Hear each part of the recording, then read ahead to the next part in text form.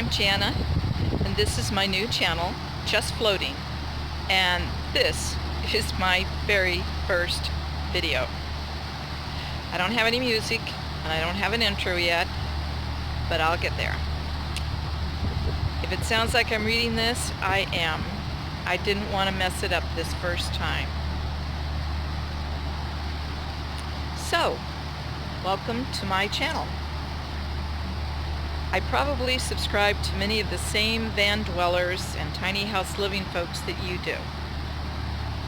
I have learned so much so far from all of them and their subscribers and you in the last year. If you have any suggestions, constructive comments, or ideas, I would really appreciate that. Like so many of you, I'm heading into unknown territory and a steep learning curve. It's kind of like getting near the edge of the cliff and you don't know whether you should jump off or not, even if you're prepared to do that with wings. So here goes. I do have a plan, but I don't have a way of executing much of it yet.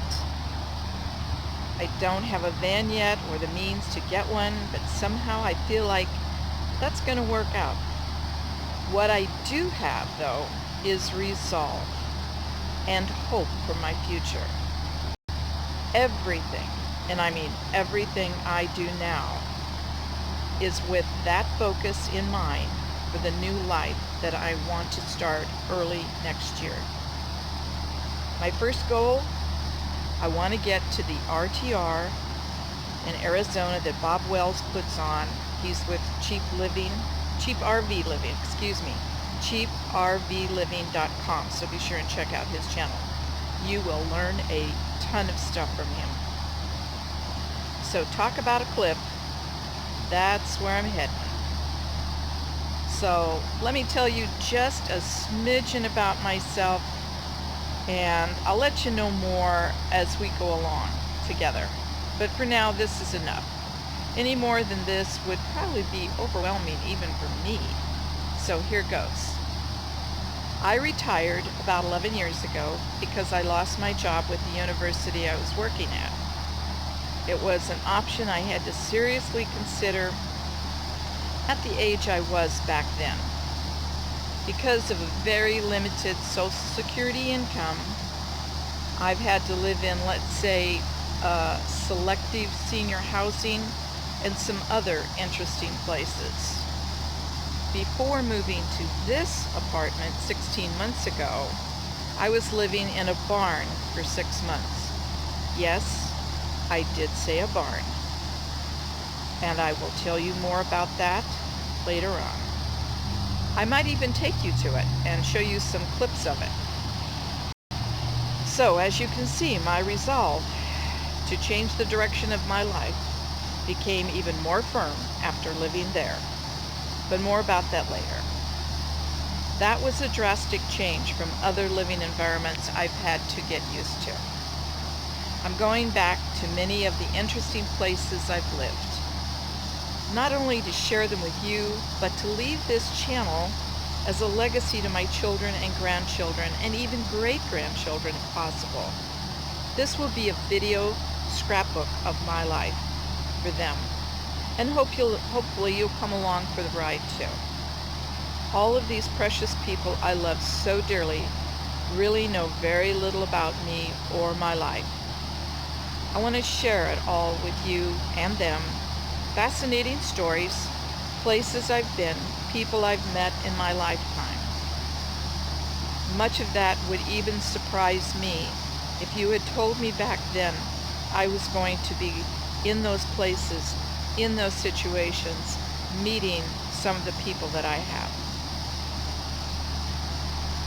It's all these things and more that add value to our lives, though, and make us who we are. But for now, let's get back to the present. In the following clips, which I know will be a little out of order because this is my first video, you know, you'll get a glimpse of the life I have right now. It's not bad, but it's not where I want to be. Like I said, I'm learning, and I'll get better at this. But for now, thanks. Okay, this is Sunday, July 9th, 2017, and I'm outside in the back of the apartment building where I live, and this is my car there to the left, and I've got a chair in the shade that I'm going to sit on in just a little bit, and then I'm going to pan around. This is the nice grove of shady pine trees to sit under, and there's my garden plot number 1, which I've got to work on because I have wild tomatoes and green beans coming up from last year. And then this one that you see right there in the center is garden plot number 2 that I've got to start working on, and I will probably put lettuce, I don't know, other things in there. So anyway, that's my garden, that's my grove, and that's my car. Hell, but that is a sunset. It is July 27th, Thursday. The sun's going down. I just checked my gardens, that one there, and then that one there, where all the high post is. Just picked some green tomatoes. And what you hear in the background is an air conditioner on my right-hand side and lots and lots and lots and lots of cicadas on my left-hand side. I'll do more tomorrow. Well, this is the complex I live in. It's big. And it's on a busy street, and it's close to a lot of things.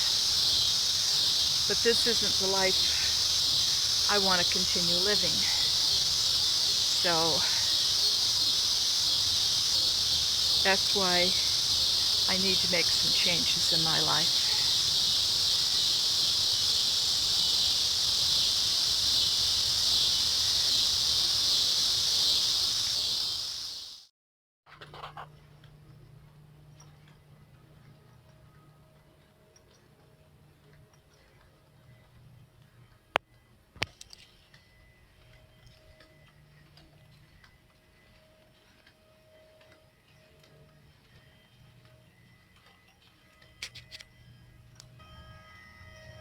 Kind of like walking through a hospital ward.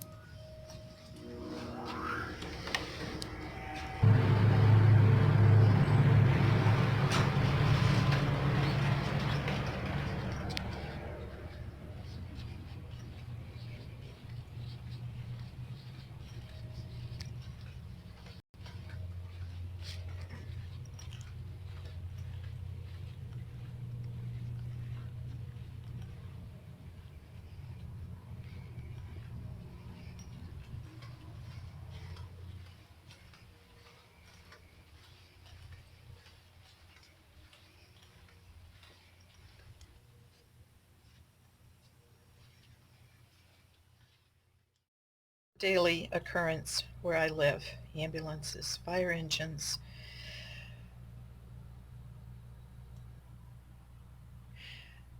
This time they're here from my neighbor across the hall.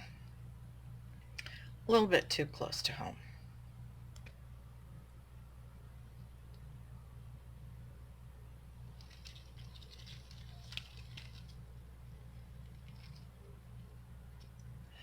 Like I said, this is a daily occurrence.